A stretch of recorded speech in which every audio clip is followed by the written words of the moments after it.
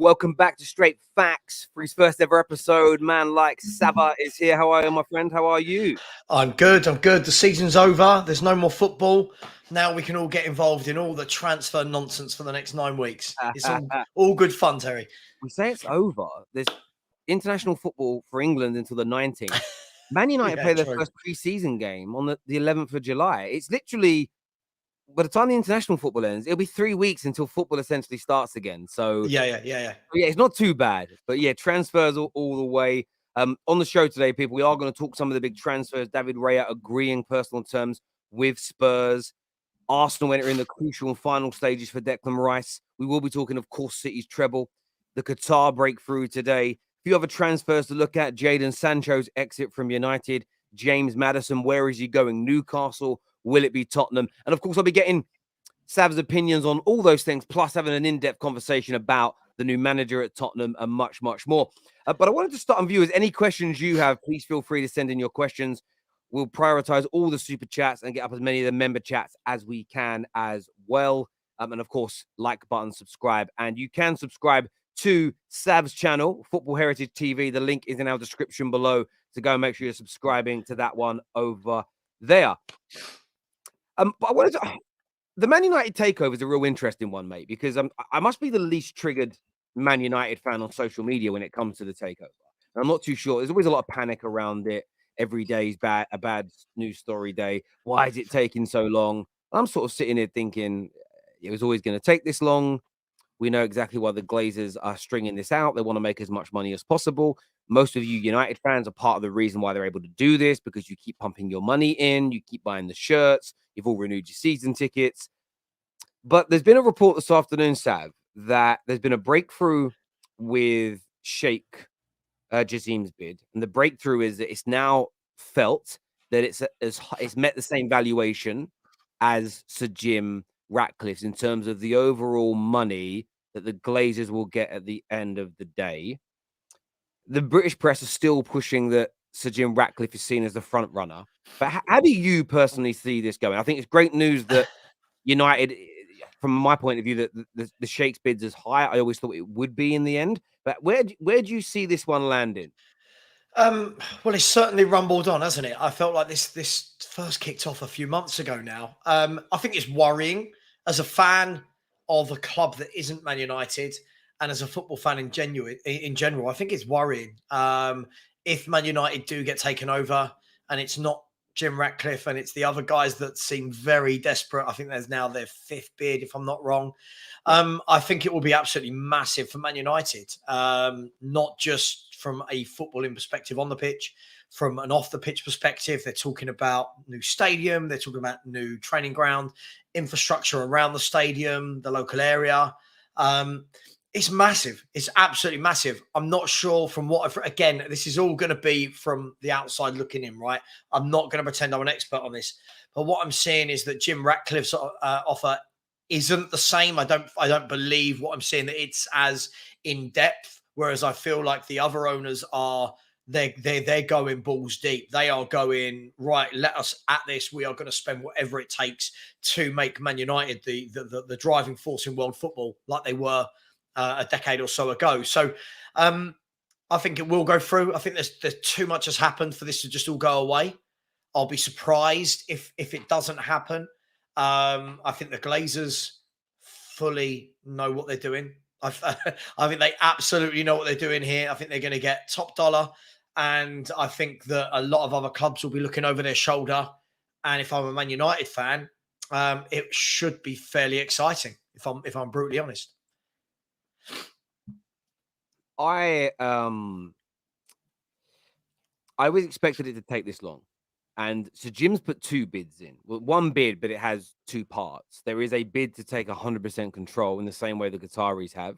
But there's also an option for the Glazers to maintain a shareholding, to have no power at the club, but to maintain a shareholding, and for the remaining shares to be paid off over a period of time. There is a thought behind that If the gym comes in, clears down debts, Man United starts to improve, commercial revenues go up, those remaining shares will be worth even more money in 2, 3, 4 years' time, and they might be able to make even higher profit. And I understand, again, why the Glazers would look at that. Man United fans are crying about it, but again, they hold the power. If every Man United fan says we ain't buying another product, we're going to boycott, we're going to not renew our season tickets, the valuation would drop. It would stop that from happening because nobody wants to valuate. We've seen what's happened with completely different scenario, but in principle, the business situation's the same.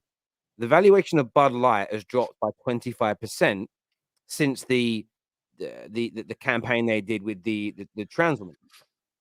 Now, of course, this is nothing to do with that political situation, but if Man United fans said and literally did boycott, you would damage the valuation of the club. And Man United fans always have this weird notion that, well, if I don't renew my ticket, Terry, somebody else will buy it. It's a weak cop-out answer. Man United fans would all follow suit. It's called the change curve. Now, the change curve typically happens in technology takeover, but it's all based upon the principles of human beings. Once enough people start doing it, you create a majority and you create a landslide of people that do it. There'll always be stragglers. There'll always be people that straggle behind and don't change with you. They're the people that still use landlines instead of mobile phones now, right? They're the people that, are not using social media. Yeah. News. You'll always get those individuals, but the majority of people will change. So I look at it this way. I don't want to hear Man United fans moan because you have the power to control this, but you're not willing to yield it. You're just crying and bleating online. Of course, after City winning their treble, they're really noisy. Oh, the Glazers have ruined us. But you're going to buy the new shirt. So I don't want to hear your whinging and moaning. But I am happy this feels like it's coming to an end. I do think with the gym, we will still improve as a football club without the Glazers running us. I do still think we'll get better. I cannot imagine a man parting with £6 billion and allowing it to continue to dwindle away. Remember, the Glazers bought it for nothing, but I want the Qataris because they will do, for me, an exponentially better job than Sir Jim. They'll definitely clear the debts. They want to build a lot more in terms of the infrastructure around Manchester. They want to do a lot of the same things we've seen City do, in terms of satellite clubs around the world, which is only an adaptation of what clubs used to do in terms of having feeder clubs. Man United used to have Royal Antwerp and these feeder clubs. Now, that's what City have done, have taken it to another level where they just say, right, remember that scene have you seen the film DiCaprio's in it with Tom Hardy and the guys? Inception. Remember the bit in Inception where they had to do the thing on the aeroplane, and the billionaire that's helping them, instead of saying I bought all the tickets, he went, I just bought the airline. I thought it was neater. That's what do. Instead of doing a relationship for a feeder club, they just buy the club. It's a lot easier to kind of maintain that relationship. But it's going to be very intriguing to say which way this goes, who gets it. But I do think it's coming to an end. I think we will improve irrespective. We just need to know what our summer transfer budget is going to be because we've got targets. We need to sell people, but we don't quite know exactly how much we can spend. And I do think it's kind of delaying a few of these earlier deals that we want to get done. I think it's the same as anything. With situations like this, you want them dealt with as quickly as possible. Ideally, I'm guessing from a Man United fan point of view, you would have wanted this wrapped up before the end of the season so that you go into the summer transfer market and everyone knows the plan. Everyone knows what the budget is. If there is a budget, your new owners might want to spend whatever they want to spend. Going in with the uncertainty, I suppose, is where most clubs are with their owners. It's that uncertainty. And trust me, as a Spurs fan, I know all about owners and wishing they go and that kind of thing. So, look, it's not ideal, but these things can be very easily forgotten, Terry. If in the next month this is wrapped up and all of a sudden you then start going to make these crazy bids for the likes of, I'm just chucking names, by the way, before the chat goes mad at me. I'm just going to punch a name. You know what I mean? I'll say a name and tomorrow it'll be clipped that Sava said, man, you must buy Mbappe. I'm not saying that, but you can go and make those bids then. You know what I mean? You can go and test the resolve of Spurs for Harry Kane. You can try Neymar. You can try Mbappe's. You can, whoever the big players are. So I think that you need this sorted sooner rather than later. Yes. I think it will be a really exciting time for Man United fans. And look, you guys have been asking for the Glazers to leave for a long time from what I've seen. Well, for me, it's been 7. I was living in Manchester when they took over. Our protest started then, 17 years. And then I had kind of the breakthrough moment in myself maybe 5-6 years ago where I said, my dad kind of called me out and he's like, you keep protesting against the Glazers, but you give them money every week, Terry. He said, that's hypocritical and stupid. And that was just a moment where I realized I want to do something. And I did. So for me, I've boycotted. I took my son to his first football training session. He's only 3 on Saturday. Every other dad's there and a few mums with their sons and their daughters all playing football. They're all in their club kits. My boy just in a plain white one. Because like so you're not going to give money to the club. No, I'm not, and I want to dress my kids up in the kits. I want to wear the kits myself. I want to pump money in and support my football club. But I've always looked at it this way. And listen, I respect anybody's, however anybody. I'm not going to tell anybody how they should support the club. What I will do is say what I think is best.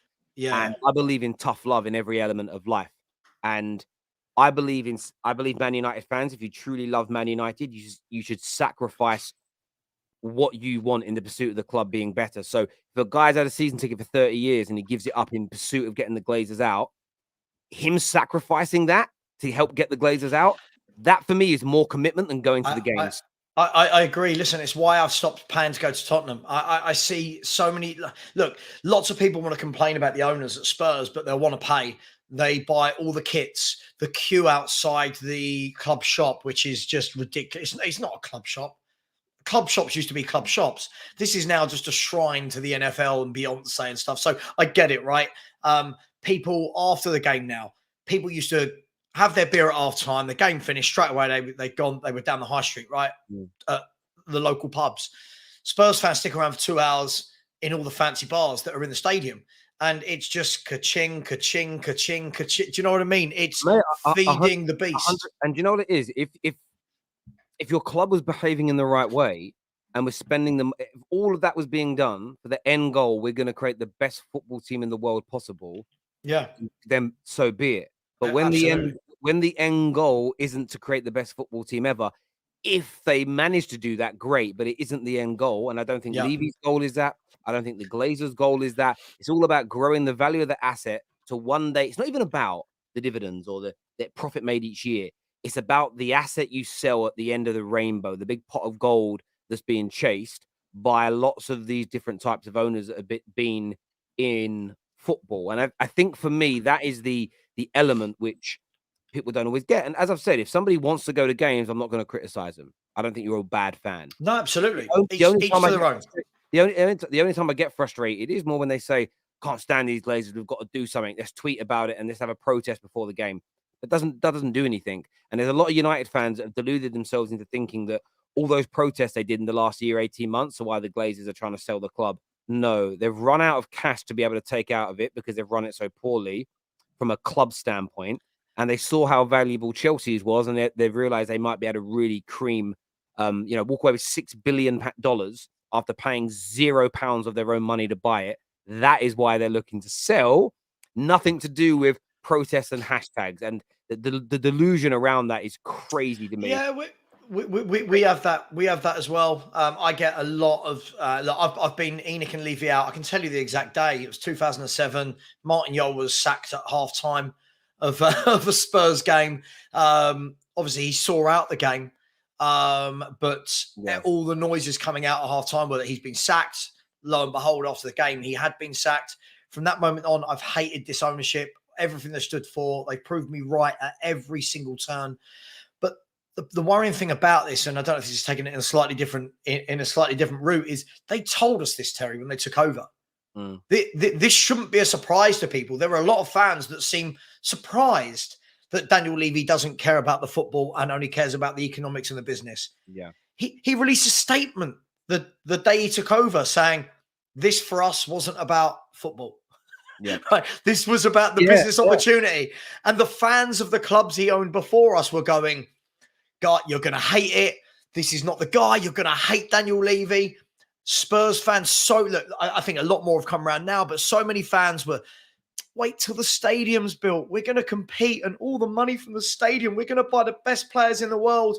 And all the time, Daniel Levy's just going, wait till that stadium's built. Wait till I get Beyonce in there. Wait till I get Anthony Joshua in there.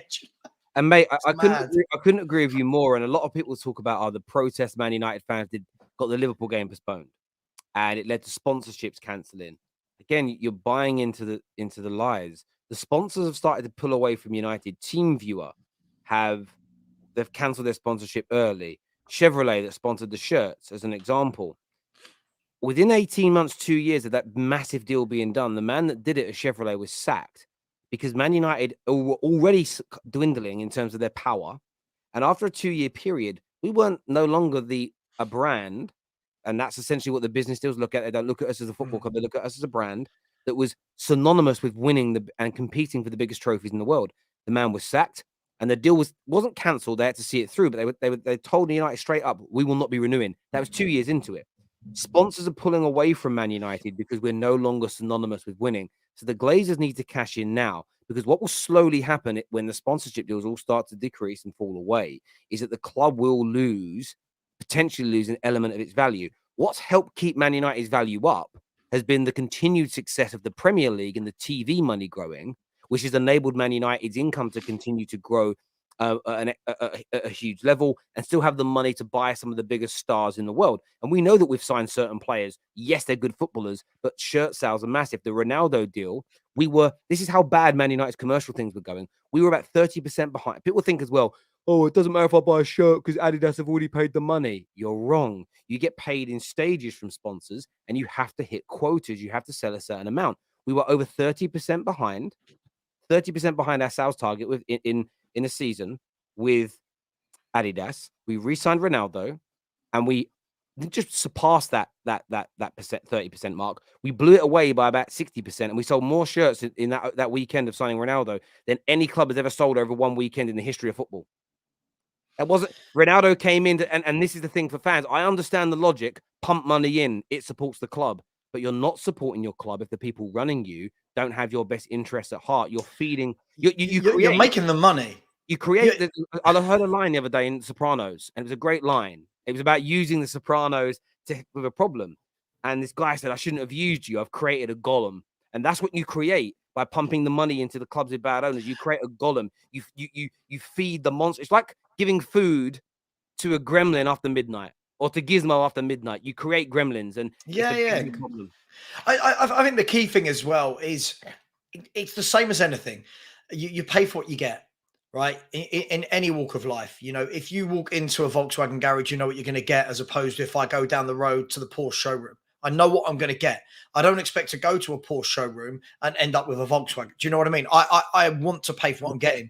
The problem is with football, and again, Spurs are the perfect example for this, is the prices are Harrods. The prices are Harrods prices. The product that we're getting is Lidl, Audi. No disrespect to those brands. That's the problem. So when people go, "You're not a real fan, you don't go," it's like, well, hang on. If I'm going to go to Spurs, right, and pay £90, £80 for a ticket to watch Spurs play Brentford, I don't know, whoever, I want to know that my £90, my £80, plus whatever I'm paying to get there, plus what £5, £6, £7, £8 a pint, whatever it is, plus the food, which is like 15 quid for a burger and chips. Always, I want to know, okay, for that money, what am I seeing? I don't want to be seeing Eric Dyer and Ben Davis and Davinson Sanchez. And do you know what I mean? I want to know, what has my club done with this money? And unfortunately, we've run the club so badly because what we've done is Spurs stadium wise. So for the concerts, for the NFL, for the boxing, for even the bars within our stadium. I don't know if you've been, the bars within our stadium, even the toilets in our stadium, they're not football stadium toilets. They are luxury, right? Every toilet's got like 1 million Dyson hand dryers. Everything that side of the wall, if this side of the wall is business, right? First class. Everything is first class. Jump onto this side, which funnily enough is the football, because believe it or not, we're a football club, is the forgotten about. It's forgotten about. Yeah. And that for me is that is where I can't bring myself. And Man United is even worse. The football has been forgotten about. We'd throw money at players, but with no plan, which is ridiculous. And we let the stadia and the infrastructure fall apart. There's a comment here as well, which I want to highlight, from Maradon. Maradon says, Terry, stop waffling. Shirt sales, not that big of a deal to clubs now. It's all about TV money. Well, this is where you're wrong, Maradon, and you should stop listening. Whoever teaches you this, please stop watching them, because they're polluting your mind. of Man United's breakdown of their income, their smallest level of income into the football club in terms of sector is match day revenue. It's typically around 130 to 135 million a year. All football clubs, their smallest sector of revenue is match day income. All football clubs are in financial trouble when stadiums were shut for a year because the fans weren't there and everybody was in financial trouble. So if clubs are in financial trouble because they lost the smallest section of their income, the biggest section of Man United's income, by the way, is their commercial income, which is 330 million circular per year versus 260 million of broadcasting. So if you damage the commercial element as fans and the match going element, you cripple the football club. So the biggest area of Man United's income is commercial, and a huge percentage of that is the shirts. So if you damage the shirts and you damage the match day revenue, you cripple the club financially, even with TV money. How do we know that? Because we saw what happened to football clubs during the COVID period. They had money, but it reduced a lot. And that was the smallest part of their income. So again, my friend, stop listening to journalists and stupid YouTubers that don't know what they're talking about and listen to financial experts on those things. I wanted to say to you, kind of going into Tottenham a little bit, you are kind of linked with a few things Man United based. Yeah. Harry Maguire, Jadon Sancho, both today linked to Tottenham. Talk to me. How happy or sad would you be with either of those deals coming in? I think Harry Maguire is the complete wrong fit for me. I think Harry Maguire would be a good option in a back three, i.e. the way England play, where they've got two very quick centre halves alongside him in terms of Kyle Walker, John Stones. That allows him to concentrate on just doing what he's meant to be doing, clearing headers out the box, being the big guy, being the stopper.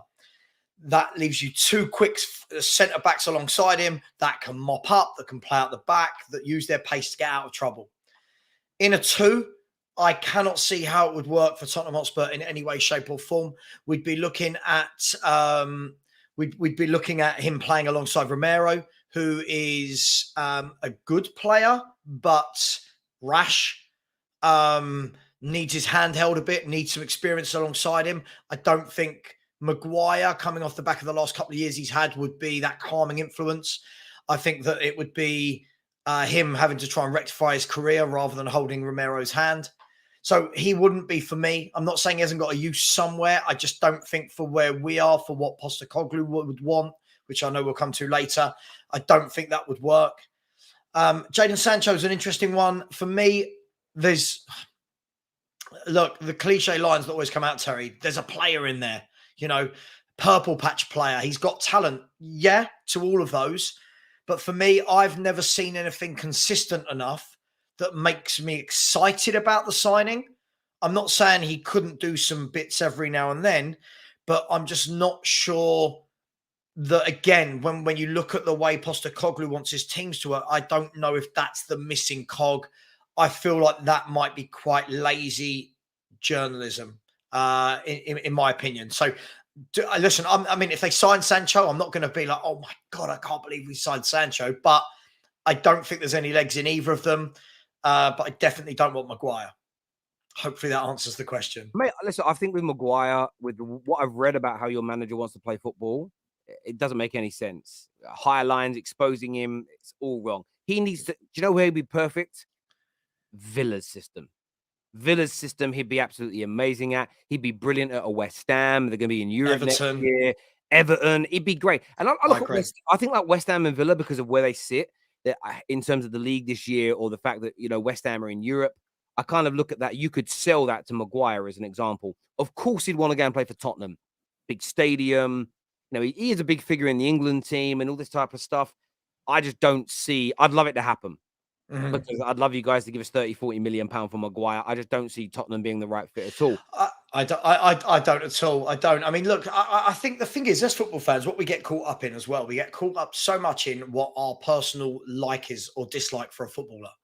For me, I think this is where Spurs have gone wrong for so many years, Terry. And what I would like to see now is, with this manager, I want the manager to get the players that he needs for his system. Yeah. Whether or not that's going to be to the delight of every single fan, you're never going to please everyone. But I want it to be players that he can work with. I don't want it to be right. Here's Maguire. Yeah, but I don't want him. Well, you're going to play with him anyway. I don't want us to start off on that foot. Will that happen? Mate, I don't know. This is Daniel Levy we're talking about. He's got this inability to stay out of transfer activity. I just think we need somebody with a bit more legs in there. A lot of the people, if anybody in the chat ever watches my shows, they will hear me say a lot that my favourite word for Spurs signings, Terry, is legs. I want to get legs into the team. We've got Oliver Skips, Højbjergs, Perisic's, Davis, Dyers. They're all quite lethargic players. There's no real enthusiasm, energy. There's no legs in there. And that's what I really want to see throughout the Spurs team. So hopefully we go more young, more hungry. And that's where we've had our best success, Terry. That's where Spurs have had their best success in the last 10, 15 years, is when we've gone and got Aaron Lennon's from Leeds at the age of 17, 18, Tommy Huddleston's, Michael Dawson's, Jermaine Defoe's, Bale from Southampton, Walker from Sheffield United. We've never been good at going out there and going, right, where's the top players? We're just not that club. We're not, unfortunately. Look, I don't disagree. Equally, on Sancho, his fanboys are going to hate this, but if you want legs, you don't want Sancho. He ain't got legs. He's not a slouch, but he doesn't have any real explosive power. He barely beats a man.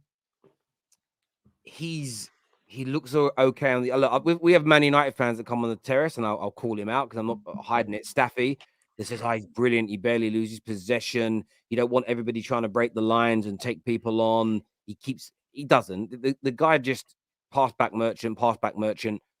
Honestly, again, if you want to give a £60 million for Sancho, I'll bite your hand off for it today.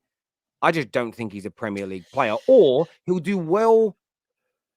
I don't mean Tottenham. When when Lingard went to West Ham, there was far more room for Lingard to run into, more space for him to play because teams don't play low block against West Ham. Right, yeah. So I think if Sancho went to a team where the opponents weren't regularly setting up in a low block against him, he'd do well. So when I say he's not a Premier League player, I'll change that and say I don't think he works at a top club in the Premier League where teams sit back and they're deep and there isn't room to run in behind and you're not left one-on-one defending. In the Bundesliga, I've watched a fair amount of it. Every team almost plays the same way. There isn't really any low block football. The lines are all high. There's lots of room to run into. There's lots of space. You're very rarely doubled up on. You double up on Sancho with a fullback and a winger. He does not have the strength and the speed to beat somebody consistently. He doesn't have any legs, and he doesn't work hard enough either. I think doesn't work hard enough in the system. The difficulty is as well is, and I think again, as football fans, because we all want everything to be immediate. We all want everything instant. Sometimes you buy a player that's come from a different league or a different club, and like you say, that club doesn't often face teams that sit back and defend the whole game against them. So, i.e., when you go to play Man City, when Man City go and play every game, they face what they faced yesterday every game. Teams that will tuck in 10 behind the ball, and it is, right, how can you get past us? And a lot of it is passing sideways, moving, trying to pull people out of position.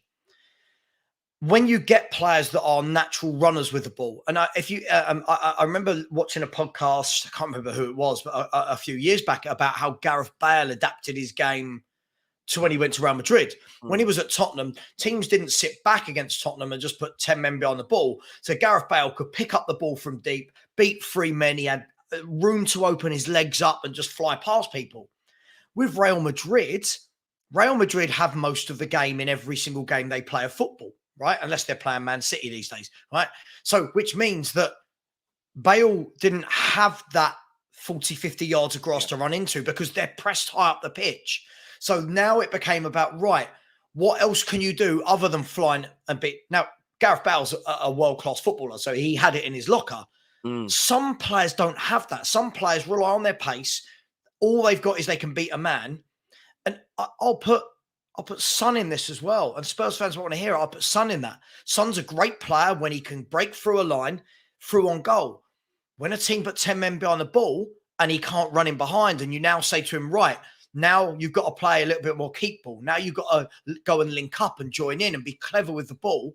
That's not his game. So I've used two extremes there, but you see what I'm saying. Sancho, for me, You're right. needs. I don't know. I think Sancho would have been great back in the late '90s, early '90s when everyone played a 4-4-2. Do you know what, mate? I get where you're But coming not from. now. And on top of that, though, it's the work rate in the other areas of the football pitch. It's also his bravery. 3 or 4 times this season, I see him pull out of tackles, most famously against Sevilla. I don't want that at my football club. Now, I don't want players to be stupid and break their legs and rupture their ligaments and do stupid things. But a 50-50 tackle, especially if it's standing, the man didn't go in studs up against you. You're pulling out of that. I haven't personally got time for you. For me, professional athletes, you are meant to put your bodies on the line to a degree every single time you play, especially when you're paid tens of millions of pounds in your contract. It's not like a bloke playing on a Sunday league game that pulls out of a tackle because if he damages his knee, he's going to lose work. This is your work. It's like a fighter getting in the ring and not engaging. Oh, I didn't want to get punched, really. It's kind of your job to a certain degree to put your body out there. But I don't know. When I watch him, Terry, when I watch Sancho, I feel like, as a football fan, not as a Spurs fan, as a football fan, he's one of those players I look at and I think, I want to see more. Like in the olden days, right? Wingers, for example, they would be told by their managers, go and try and take your fullback on. The first 3 or 4 times you get the ball, run at him. See if you've got the beating of him. If you haven't, we can swap wings or you can cut inside, but try and take him on. Let him know you're here. I watch Sancho, and too many times I watch him, I feel like he does the safe thing, the safe option for me, only for me.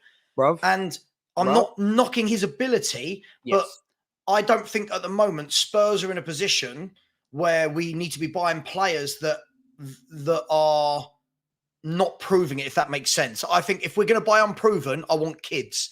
I want 19, 20-year-olds. You saw this last night. City were getting very little change out of Inter all night. Yeah. All night. Both their wide men, wingers, inside forwards. I don't really wide midfielders. I don't really care what position you want to put Grealish and Bernardo Silva in. They had no change all game, but they both carried on going and going and going and going. And although there was a slight deflection that led to the ball cutting back to Rodri, if Bernardo Silva had given up, with all his ability, if he'd have given up after 50 minutes because it hadn't worked yet, City don't score that goal. Yeah. And Sancho, for me, is one of those individuals that he does try. He tries once, he tries twice, he tries 3 times, but he has the ability to then go, it's not working. And then he just takes that safe option every time because I don't want to be seen to be making the wrong decisions. And there's a lot of football fans that do this now online. They focus on wrong decision. Oh, you made a bad mistake. I've listened. KDB has been lauded as one of the best midfielders the Premier League has ever seen in recent times. And I've heard him speak. I've heard Cesc Fabregas talk about this. I don't care if I make the wrong pass or overhit the pass or the through ball doesn't come off 5, 6, 7, 8, 9, 10 times on the bounce, because at some point it's coming off and we're going to score goals. Yeah, I don't care about I'm going to make the simple pass or the right pass because it maintains possession. Last night, everyone was having to go at Lautaro Martinez because he didn't square the ball to Lukaku. No, I think when a striker's in a position to score a goal, I want them to take responsibility and take the shot. If it's saved, it's saved. But you start palming off that responsibility to others. What does it say? What does it say about you? And look, I think there's ability-wise, I look at there's 2 players at United. I want them both to work. There's Rashford and Sancho. On technical ability, I'm not an idiot. Sancho is better than Marcus Rashford. But Marcus Rashford has more tenacity. He has more work rate. And he doesn't give up half as regularly. He played the last 20 minutes of the FA Cup final with a pulled muscle in his groin. He could barely move. And he was, for me, he still put in more effort than I see from Jadon Sancho. And I just wish look, when Sancho's cooking and he's on fire, he's amazing. I love it. And I honestly wish that it worked at United. If he stays at the club next year, I want him to do well. I don't have agendas. He starts playing well, I'll praise him because that's just the way that I am. But if somebody offers us 50, 60 million for him this summer, I say we cash in and we reinvest that money into somebody else. Another player that you're linked with today. Now, this is a really interesting story for Tottenham. It's reported that some are saying close to. I just believe that means I believe it. He's agreed verbally. About David Raya. Yeah, David Raya agreed on personal terms with Tottenham. What Nazir Kinsella has said is that Chelsea are still monitoring the situation as Brentford and Spurs are not close on a fee as of now because they want £40 million. But how do you feel about that deal on personal terms being agreed, and that being your new goalkeeper potentially. Yeah, I mean, I've got no problem with him being the new goalkeeper. I think he's shown everyone in the last few years what he's made of. I've got no problem with that. Spurs desperately need a new number one.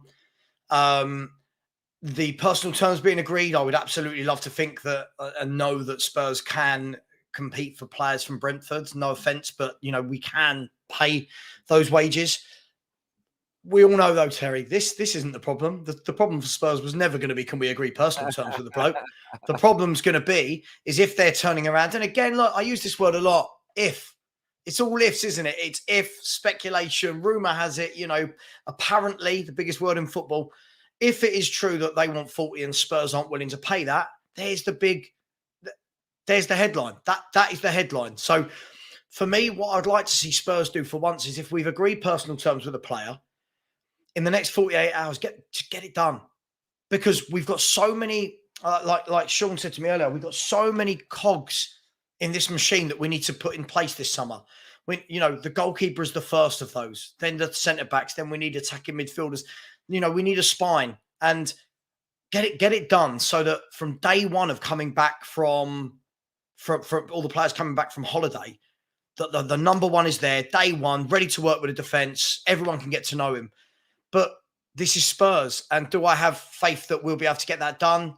I don't know. For me, I don't know what the transfer budget is, but if you can get him for 35, 40 million for a keeper for 6-7 years, let's get it done. But this is Spurs. I always hold. I never hold my breath. We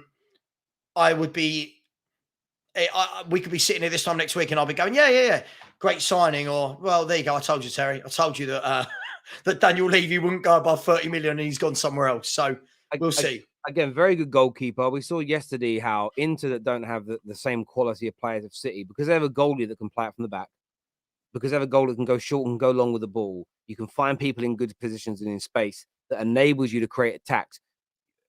Spurs are a bit like Man United when it comes to Forrester and Lloris with De Gea. You've got old school goalkeepers who just cannot do that. Yeah, David Raya would be a great addition for you. And I'm not surprised personal terms are agreed. You can pay more than Brentford. But as you say, it's that asking price, because the other story today is that Newcastle are now leading the race for James Maddison. Now, they've got Champions League football. So that is and their project is very, very exciting.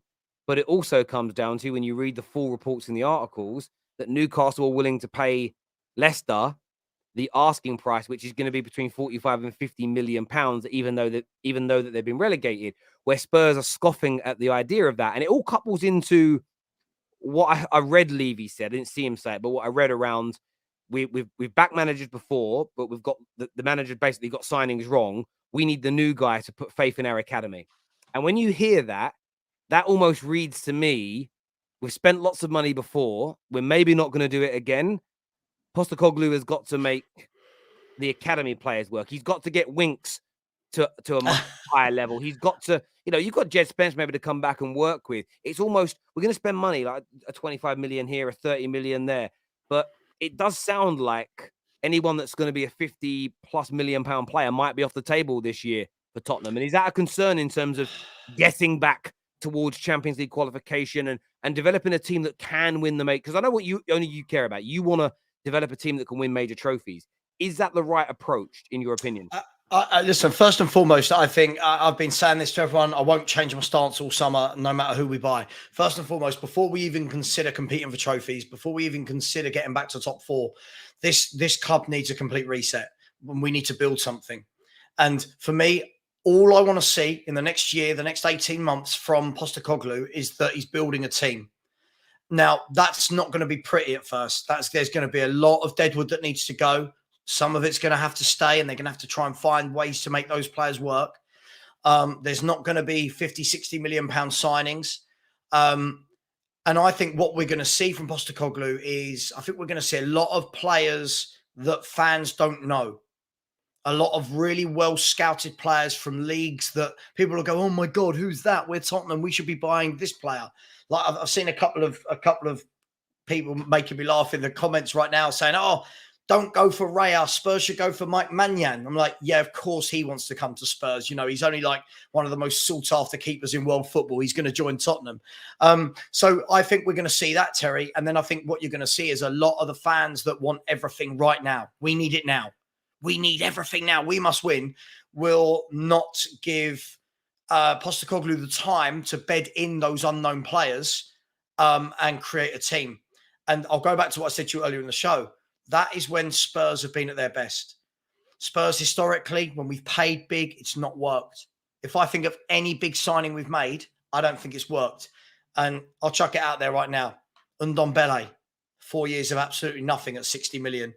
Richarlison, even go back to Davinson Sanchez, one of our biggest ever signings. Eric Lamela. You know, there's even for me, lots of question marks for me over Romero at the moment. You know, the difficulty is we're not this big club a lot of our fans want us to be, Terry. We're not. And again, it's masking the stadium, the concerts, the boxing has masked over the football club. As a business, it is phenomenal. What Daniel Levy has created, if you were the CEO and Daniel Levy is your MD, I get it why he gets a pay rise every single year because the business he's created is phenomenal. But we're not business fans, Terry. We're football fans. And unfortunately, the football side has been forgotten about.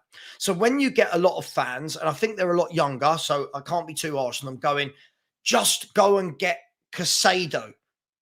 Right, yeah, so we're going to try and get Casado when Chelsea and Arsenal are bidding for him. Okay, just go and get Bastoni. Brilliant. Yeah, Bastoni wants to come and join Tottenham Hotspur that don't win any trophies, have sacked Jose, have sacked Conte. Kane might be leaving. I think we need to know where we are in the pecking order. We really, really need to know where we are in the pecking order. And this is going to be painful. Things have to get worse before they get better. I think we're going to win some games playing well. I think we're going to lose some games heavily not playing well.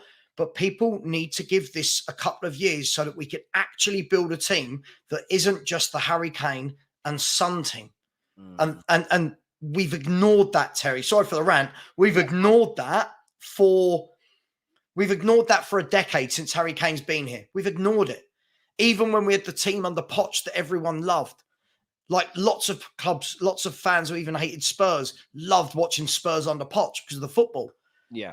At that time, I was called negative, Terry, because I kept saying to people, yeah, we're second. Yeah, we got to a Champions League final, whatever. But what are we doing underneath that? What's behind that? So when Walker goes, what are we doing?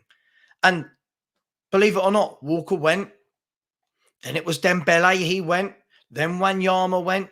Ericsson, Alderweireld, and there was no plan. There was no route for the kids from the academy. There were no top scouts going to buy like-for-like replacements. There was no plan as to what did Spurs want to be for the next 5, 10, 15 years.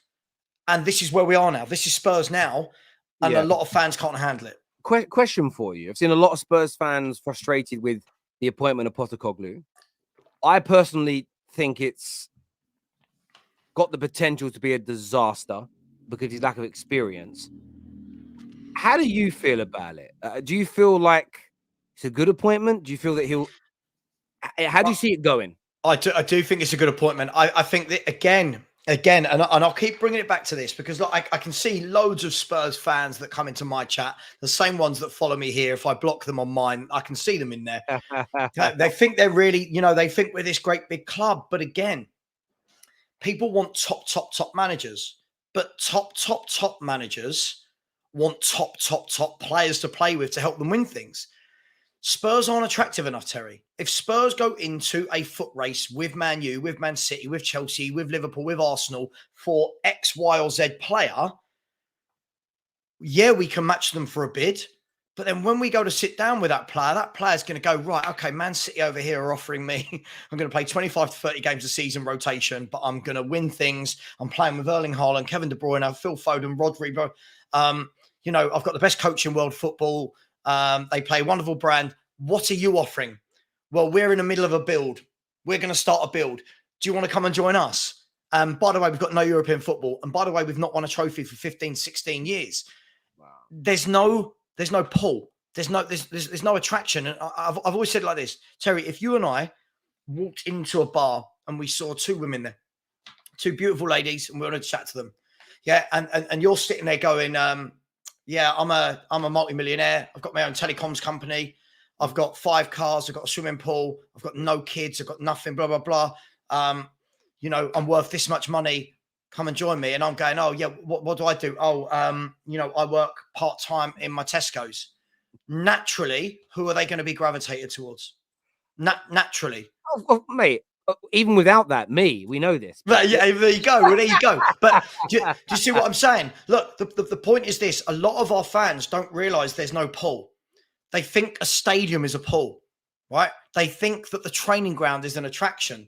And these fans haven't worked out yet that Jose in the job, all right? You hire a win now manager. If you don't give Jose the tools he needs, which we can't provide to him, Jose ain't winning.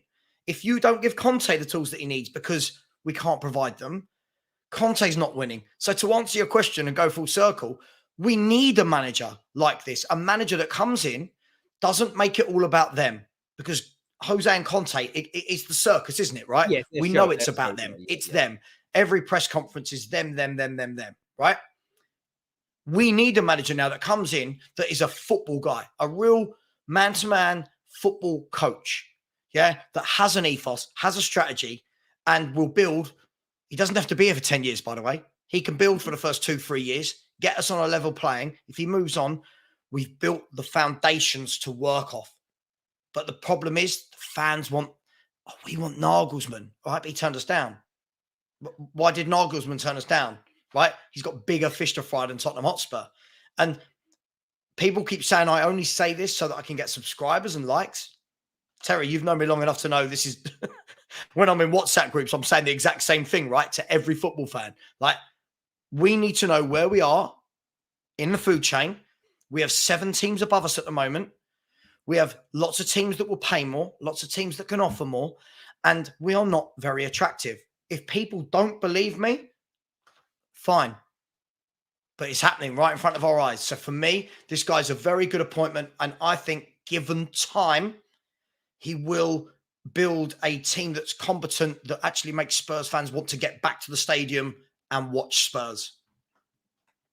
I've said it's going to be a disaster, but I'm going to change my stance ever so slightly based on what you've said.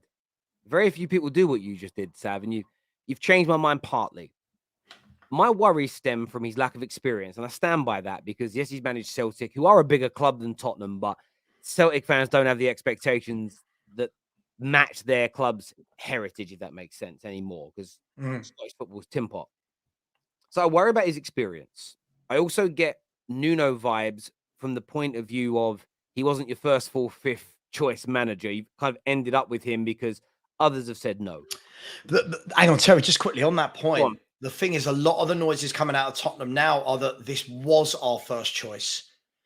That they did want him because of our new sporting director, because of our new director that's joining, Scott Munn, who worked for the City Group, right, at the same time as Postecoglou. Apparently, this is the guy that he wanted, and they had to wait until the season finished before they could announce. Okay. Listen, apparently the biggest word in football.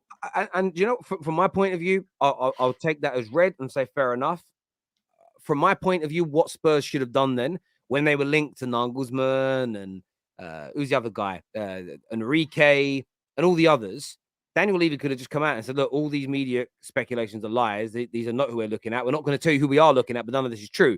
But they didn't. But okay. But that's not what he does, though, is it? That's not Daniel Levy's style at all.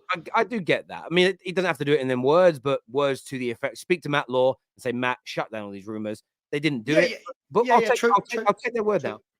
My worry is he does have a lack of experience at the highest level of the game. With the eyes that the Premier League have on you, he's never been anywhere near that level. Sure. I'm not saying he doesn't have the ability potentially to get to it. What you just said has kind of made me expand on my point somewhat. It's about Spurs fans having patience. It's about him being given time and being backed. If he isn't given the players that suit, if he's given Maguire, but he wants to play his style of football, he's going to be exposed. Because he hasn't got a great CV, fans will turn on him quickly. You've turned on Agreed. managers who have got great CVs quickly because they didn't play the brand of football you want and weren't getting the results. That for me is where I see it potentially going wrong. It's I about him agree. being backed by your board and then fans realizing that maybe, just maybe, I know he's 57, he's not a kid, but he's inexperienced in terms of managing at the highest level of the game. And he's going to make mistakes and it's going to take time. And it's maybe very unlikely year one, you're back in the top 4, back in the top 5, back in the top 6 with what everybody else is doing. And it's just about patience. But I think the one thing that's on his side is you Spurs fans are a bit like magpies at times. If the football's pretty and it looks good, a lot of you are generally quite happy. Does that make sense? It's like we're 8 Look, I think the key thing is I take that on board in terms of where he's managed, but let's break this down and just devil's advocate, right? I'm just playing devil's advocate.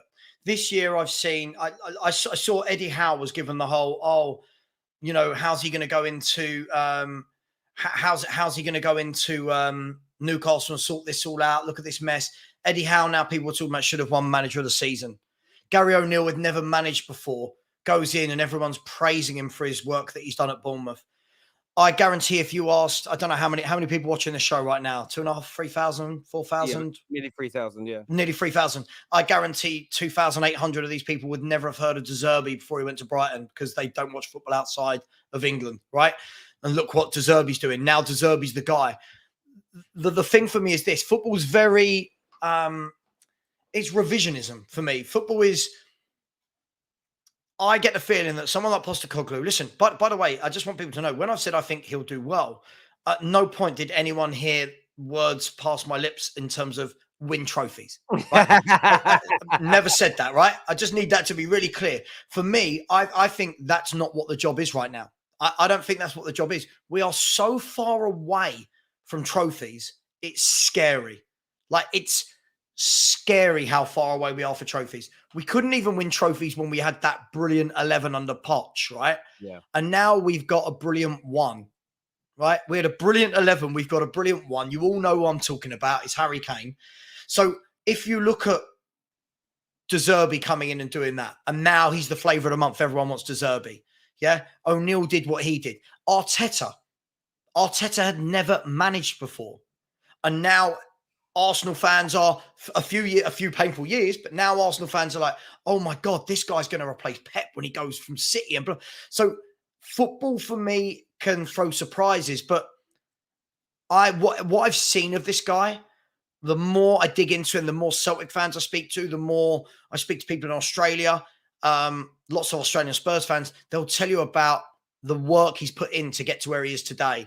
How everyone who's played for him loves him, his man management. Yeah. And let's not get confused. I'm sitting here as a Spurs fan saying, if we make European football next season, right? By the way, just for the person in the chat that said, you knew De Zerbi, stop waffling. Yeah, dude, that wasn't pointed at you. You're one person, right? I said, like, there's 3,000 people in here. I get where you're coming from. I would say the only difference with De Zerbi managed about 120 games for Sassuolo in Serie A. Like, he had experience at the highest level. I didn't know who he was before he came here, by the way, because I don't. Again, I know there's a lot of online content creators that pretend to be connoisseurs of European football and they watch everything and they know everybody. Most of them are full of cat. But it's certainly going to be interesting to see what direction Tottenham go in. Look, and if I'm not being wrong, you know me, mate. I'll hold my hands up and say, got that one wrong. Do you know what it is? Do you know what it is, Terry? I can't sit here with any assurance and say, oh my God, this is amazing. I can't, because like anything at Tottenham, so much of it doesn't depend on Postecoglou. So much of it depends on, are we finally going to let this man bring in the players he wants, right? As I said to you earlier, if Postecoglou goes to the Japanese league and brings in 2 players that no one's ever heard of, will our fans go, I trust this guy, these are the 2 players he wants? Or are they going to go, oh my God, we should have got Casado, we should have got this? Because that's what we need. We need to trust that we are building with what he wants. Totally agree. I don't know, mate. You've got to listen. You can challenge things, but I'm at a point now where I'm like, look, you can challenge stuff. I'm like it with Mason Mount. I'm challenging it, but I'm not showing my ass. I'm not getting my ass out on camera. Yeah. Sure. But don't show your ass. And I think we're in that world now of polarization where I'm not happy with it. So I'm going to show my backside off, show the butt crack, and go mental. We're going to get some super chats, and we're going to move on to a few other subjects. This one here says Terry doesn't read super chats, and we save them for the right time, my friend. If they're not relevant to what we're talking about, we save them for other times. This says, Spurs should hire Southgate if they're going to go for Dyer and Maguire at centre-back. Yeah, that's true. That's actually true. If that's who you're going to go for, you need a manager that likes him. This is from Shombe that says, if Qataris buy Man United, I will be jealous. All billionaires are dirty, including FSG. Anybody is salty about it is a hypocrite. United makes so much money. Qataris don't have to do anything, unlike City's frauds. Like, I'll say this about it. Like, I love I saw a journalist yesterday praising City for what they've done, how they've achieved it, how they've built it. They're amazing. And the same day, write articles that Man United should turn down Qataris because of where they come from and the money would be dirty and it would tarnish our reputation in history. I'm like, you just wrote an article saying how good City are. The irony. This here says, our fans are sheep. This is about United. They take it from the Glazers and smile.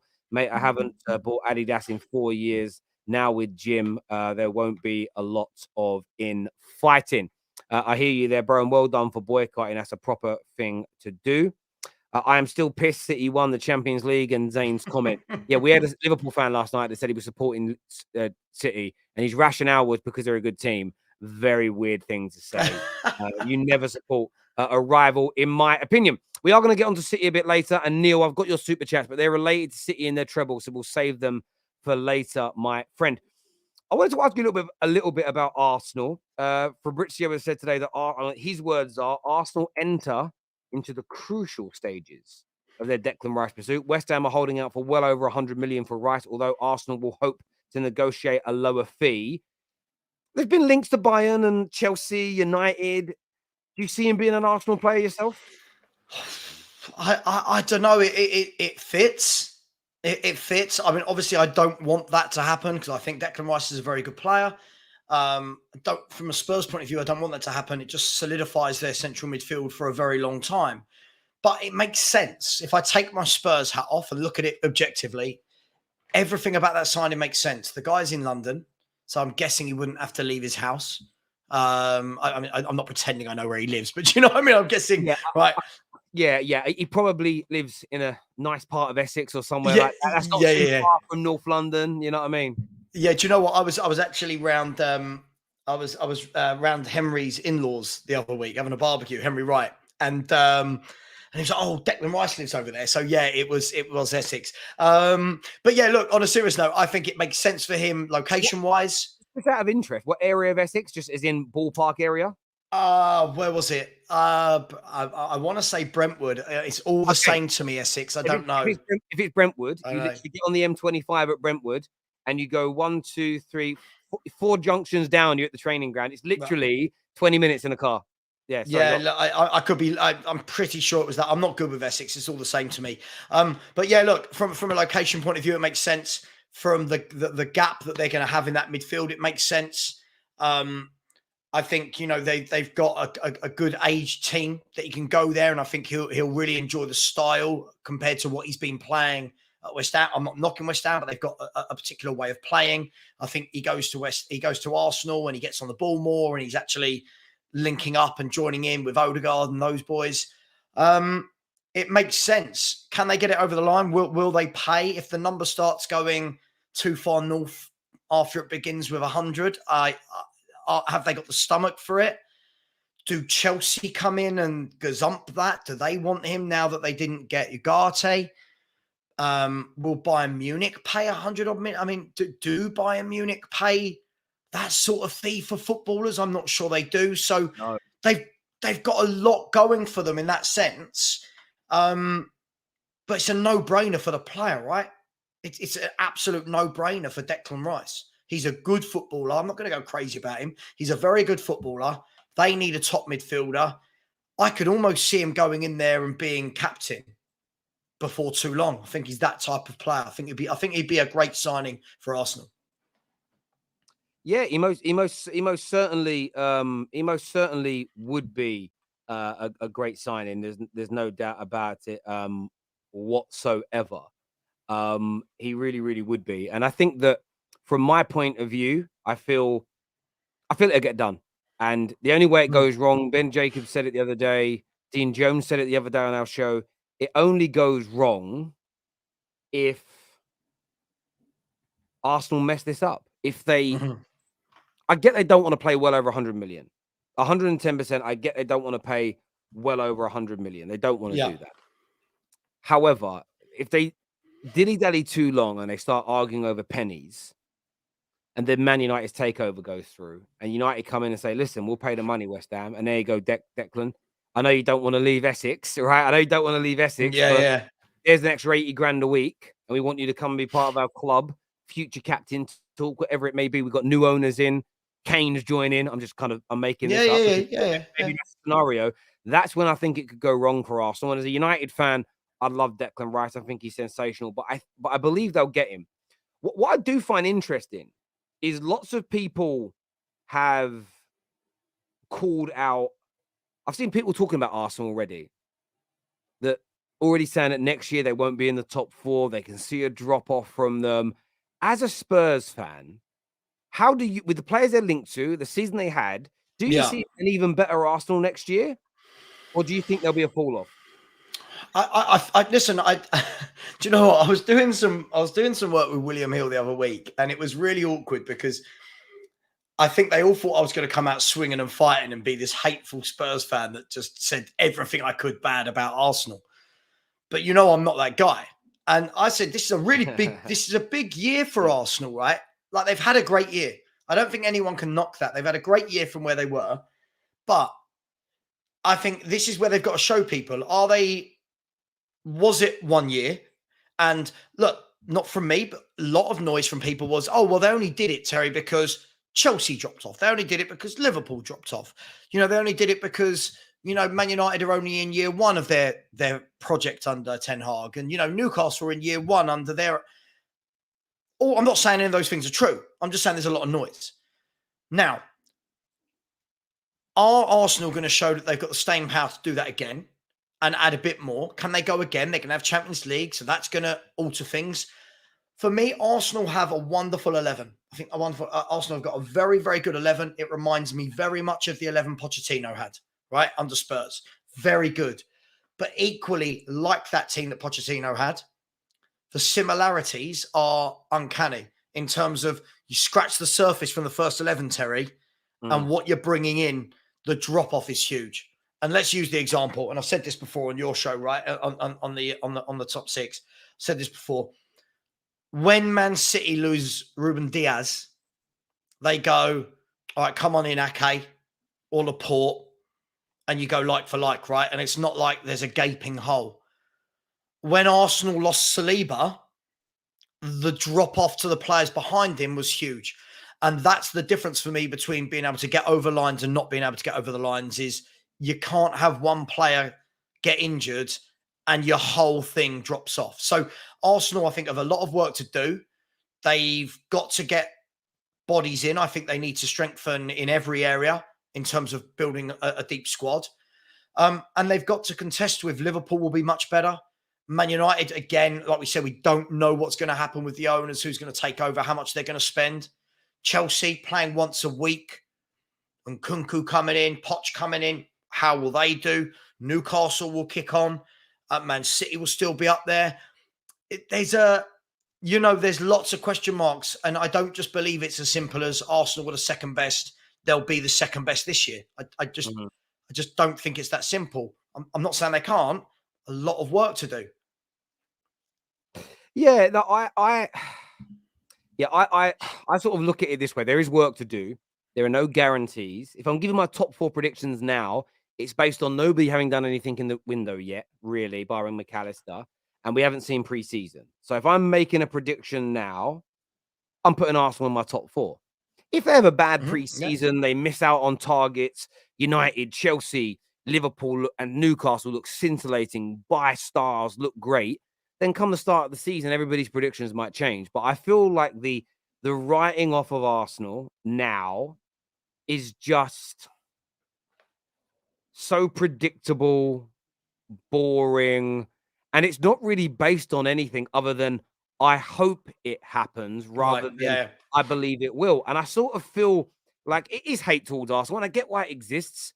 But like I've said for a while now, I don't think there's a YouTuber that comes to me going, "Bruv, I think you're right about this dead banter." I was like, "Oh, why?" He went, "All I've done all season is that banter you call dead." And he goes, "Every month I get less and less views." I'm like, "It's true." I said, "Maybe it's that. Maybe it's other things, but maybe it's that because people are a little bit bored of the same jokes, the same challenges, the same things being said time and Yeah, time and time and time yeah, again."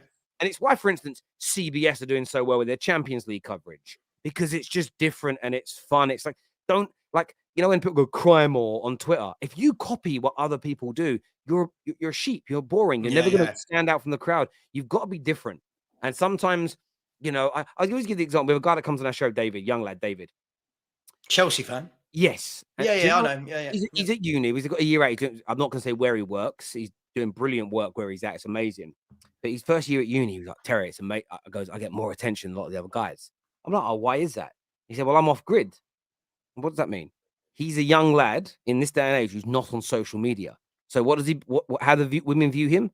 Is more mysterious and intriguing. Ooh, yeah. like We him. don't know everything about him. Exactly. He isn't Mm. following the trend of every other 18, 19, 20-year-old. I'm on Insta, Snapchat, TikTok doing my thing. He's unique because he's doing something different. Unique is cool. Copying what other people do isn't. Now, some people say to me, "Terry, but loads of people have YouTube channels like you."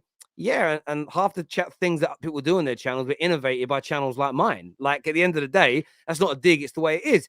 And we always look to add new things all the time. I've got something big launching in the summer. I hope you'll all be very excited when it comes out. And that's the thing for me. I just listen to some of the things people say about Arsenal, and I'm like, it's not even that it's bad football knowledge, but it's based upon nothing but hope. It's boring because you've been saying the same thing for 12, 13, 14 months about them. And I just don't understand where the logic comes from because they're linked to really good players. They're getting rid of a lot of dead wood. Now, if none of that happens, or if you say, I think they'll fall out of it because I don't think they'll land their targets, they'll keep hold of their dead wood, they won't spend. Then Mhm. I'm like, okay, well, that's a fair opinion. But it's just Yeah. based upon, I think they'll have a drop off. Why, though? I just think they will. Yeah, yeah, yeah. That's not an answer. That's not an Terry, answer. that's why I feel like I'm Marmite in the YouTube world.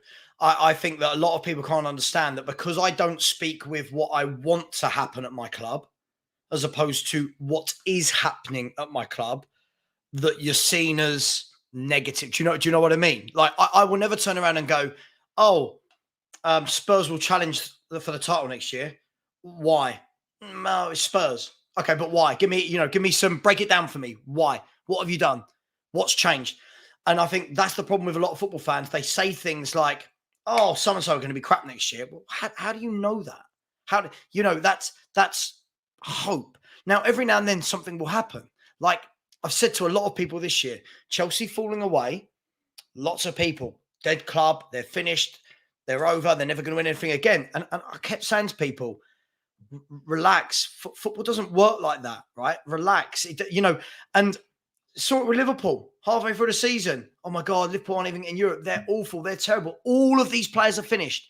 And then they didn't lose for their last 11 games of the season and won 8 of them and narrowly missed out on Champions League. And it's like, I get it. Yeah. Football's emotive. And this is why we have our YouTube channels and stuff. But I like it when people challenge. So if I make an opinion, I think I've just given a balanced view of Arsenal there. I don't think I've attacked them. I don't think I've said they're bad. I've said if the right number of things go for them, they can definitely be up there again.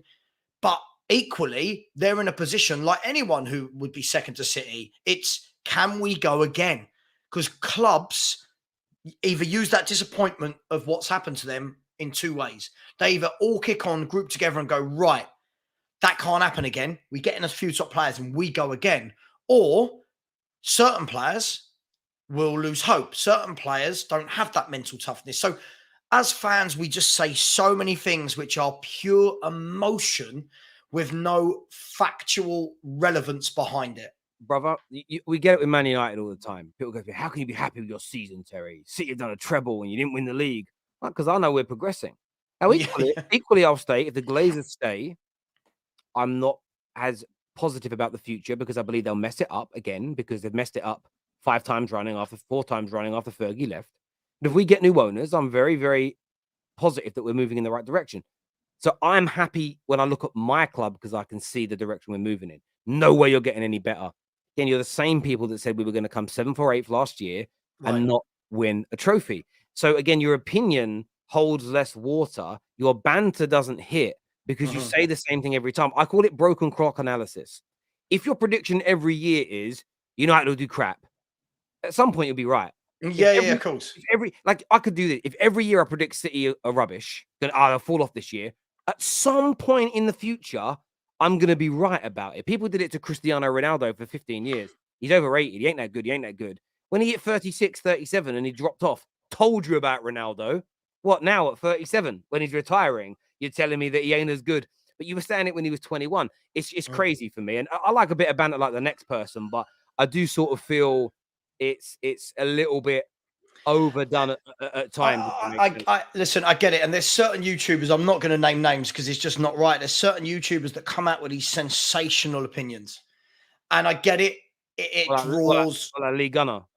No, no, not like. Where is Lee? Where's Lee? Is he in the chat? I don't know if he's here. He's God. I messaged him earlier live on stream because someone put in, "Oh, Savvy, you're just like a B-Tech League Gunner or something." And I said, "What?" Because I tell the truth about my club and he tells the truth about his. But anyway, there are some people that have such sensational opinions. And I'll give you an example, Terry. So last week I was talking about Lionel Messi, and I was like, "Look," and this was before he decided to join into Miami. And I was saying to people on my show, "Look, wherever the man wants to go, he's earned the right to go wherever he wants to go. He's completed football. He has nothing to prove to me, to you, to anyone. He's completed football, right? Doesn't matter if you think he's the best, the second, but he is one of the best players the world has ever seen, right? I don't think anyone's going to argue with that." That's what I thought, Terry. Then I look in my comments and my chat and you've got people going, overrated. Nah, nowhere near as good as Mbappe. No, this, that. And, people just constantly want to find a way to answer things with emotion rather than facts. Okay, cool. Tell me why Mbappe's better. Because right, what? Because do you know what I mean? That's the world we live in. It's I support Spurs. Arsenal are terrible next season. All right, well, cool. I like to think of it a little bit more level-headed. Like in that group, Terry, I was in with you lot, and when I was coming on the top 6 months ago, when Arsenal were 8 points in front, you'll back me up on this, I hope. I sat there and I said, very calm, City will win this league. I said they've got the better players, they've got the momentum, they've got 2 games in hand against Arsenal. That's 6 points straight away. They've got the know-how how to get over the league, and they've got a better manager. And everyone, all your Arsenal people, your Regals, all of them, just, you chat shit, you're a Spurs fan, you just don't want Arsenal to win it. I said, no, let's break things down logically. But people don't want logic. People don't want it, so they want sensationalism. And I'll give you one last thing I'll say is look at how well, I'll call him out. I don't know the guy, so I'll call him out. If he wants to come for me, he can completely. Rory Jennings, right? Rory Jennings, don't know the guy. Rory Jennings comes out with the worst opinions I've ever seen on any. Every time I see this guy talking, I'm like, "God, this is ridiculous." His prediction about Erling Haaland in the summer, I can't believe people still want to listen to his predictions about anything. Like, this guy will struggle in this league. This league's so good. This guy will struggle to get 15 goals, blah, blah, blah. Yet he's invited onto TalkSport and he's giving more sensational opinions about this, that, the other. And that's what people want. But I will never change from who I am. I will always try and offer some form of logic. I will. Look, I hear you. Look, over. Look, when it comes to Rory, like I heard him say something the other day. The Haaland thing, I heard a lot of people say that about Haaland, but that's because I don't know Rory's motivation behind that. A lot of people, it's because they rep. You're seeing Messi, Ronaldo 2.0 with Haaland and Mbappe. So a lot of people that I saw that were like Haaland won't do it, it was because they're big Mbappe fans. There's also a percentage of people who like Liverpool fans, when I said he'll break Mo Salah's record, no, he won't, because they're backing Mo Salah. So I kind of get that. But Rory was talking the other day about how he thinks, and it does make me laugh, how he thinks Newcastle should sack what's the name of their manager? Eddie Howe. Eddie Howe. let's just sack Eddie Howe now and stop a problem before it ever begins and go for a better manager. And Nagelsmann, he said Jose Mourinho to go in there. And I just thought to myself, the one thing with Rory, I think why Rory gets away with it, and this is a compliment. So if you're watching Rory, I'm not slagging you off, because he says things like a delectable medley of football, because he speaks, because he speaks. I'm going to call it out. Meaning what? Meaning what? Because he's posh, and because he's articulate, and because he knows how to say things. He's a great storyteller. I think he gets away with it, and I mean that. And when I say gets away with it, I think that's why people enjoy him having crazy takes. And he does it in such a brilliant way. Some people do it and they say it and they can't give it. The one thing with Roy, he can back it up and give you rationale and reason as to why. So at least there's some thought. But when all is said and done, Terry, with all of that, when all is said and done, it's still ridiculous opinions for ridiculous sake, right? So you and I could sit here right now. We could sit here and go, right, people, I'm telling you what, next year, Harry Kane will only get 5 league goals. 5 league goals. He's only going to get 5. And I could truly believe it. And I'd get loads of people watching my video calling me an idiot. And you said this, blah, blah, blah. We all know Harry Kane's not going to get 5 league goals unless he gets a 9-month injury, don't we? We all know Harry Kane's going to get 25, 30 goals wherever he plays. It's what Harry Kane does. But because it's a sensational opinion, people are drawn to that. And this is an alien world, man. This is alien. So I'm going to put that opinion out there. No, there you go. Clip it.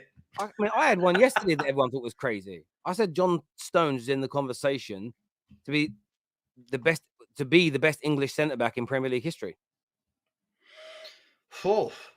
And I based it on his footballing ability. I based it on the multitude of positions he can play to a world-class level, by the way, because John Terry and Rio Ferdinand could never have played in a DM role in a Champions League final and dominated. Plus, you have to look at the ultimate barometer, which is how integral he's been to the amount of titles that he's won, you know? Mm-hmm. And I don't think he's there yet. He's still only 28, 29 years of age. But I genuinely believe that. Now, some people will say, oh, you're just doing it for attention. You're doing it for clicks. You're doing it because you want people to give you attention. But I was just looking at it objectively thinking, if John Stones played for Arsenal and had won what he has won at City, if he played for Chelsea and had done it, if he was a Man United player and he'd won, was it 5 Premier Leagues now, 2 or 3 FA Cups, 3 or 4, 5 League Cups, a Champions League, a treble, a three-peat, if it had done all of that, plus could be moved into a DM role and look like one of the best DMs in the world, I'm telling you now, the world will be talking about John Stones as potentially, forget Premier League, they'd be talking about him as the heir to Sir Bobby Moore's crown as the greatest ever English centre-back. It would happen. I think because he's a City player, there isn't enough of their fans, in my view, to build a prop behind him. But I genuinely mean that as a take. So I do think sometimes people have real beliefs, but it's the frequency of these shocking takes. Like that's it. Yeah.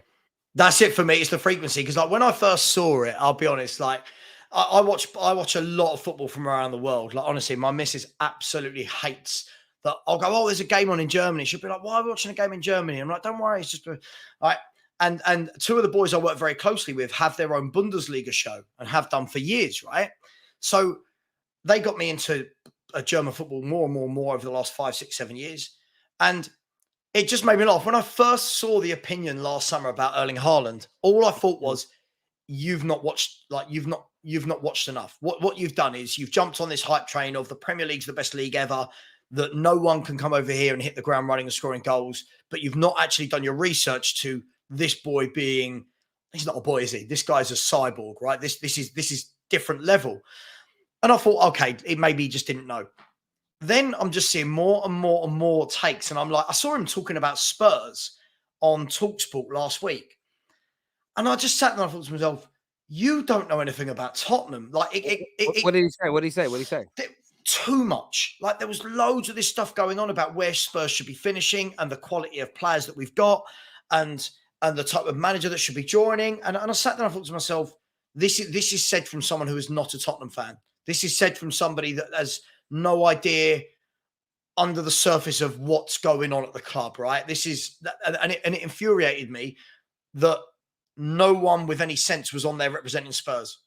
And it's the same thing with Sky Sports. Bro, I get it with Man United, and I've sat there before and had. I'm not going to say who they are. I don't want the beef. Yeah. Because I know them and I don't want a problem. I've seen Simon Jordan sit there and have a pop at United fans about green and gold scarves and you don't really care. And the responses have been so bad in terms of, I genuinely mean this, and I do this appearance for free. Put me in front of Simon Jordan and talk about Man United, our problems, why we don't like the Glazers. I will cook that guy inside 5 minutes. It will be an express barbecue. That man will be walking out there as red as a tomato, going, oh my God, I didn't know all of this. I'd kill him. But I hear the responses and the arguments back, and it's awful. I hear people recently going on to talk about United's treble versus City's treble, and they don't know what the one guy I heard on Sky talking about our treble versus City's was about 24 years old. He was one. How can a 24-year-old be the representation of Man United talking about the 1990? By the way, there was a debate talking about Man United in the 60s, in the 70s, and the 80s.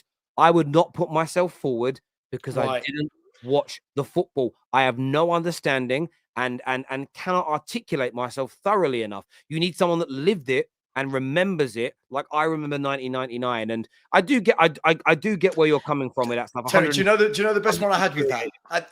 The age thing is important. The age thing is really important. So, I would like to think that if me and you were going to have a debate, right, about, and I don't really care about it, to be honest, about City's treble, United's treble, we were both alive, both of the age where we could appreciate both, right? So we would be able to go, yeah, but what about blah, blah, blah, blah, blah, right? It's not just I've read a history book. We watched it. What I get a lot is when I'm talking, like one of my favorite players is, and the pictures behind me, just to the right, that is my right, trust me, for the way I'm looking at the camera, that is David Ginola, right? That is David Ginola, the sexiest man alive, right? But other than the fact that the man is super sexy, right? I just love him, by the way. I have this debate with Spurs fans all the time when they're talking to me about, Son is so much better than Ginola was. And I'm like, well, hang on, what? And they're like 20, 22, 23. And I'm thinking to myself, hang on, David Ginola won double player of the year playing for Spurs in 1999. So if anyone who's like 20 to 25 is having that conversation with me, how old were they at that time when he won double player of the year? But you know what they do, Terry, is what these people will do now is, and this is where they don't understand how football was different back then and formations were different and expectations were different, is, look at Ginola's stats compared to Son's. And I'm like, yeah, but Son plays as a forward.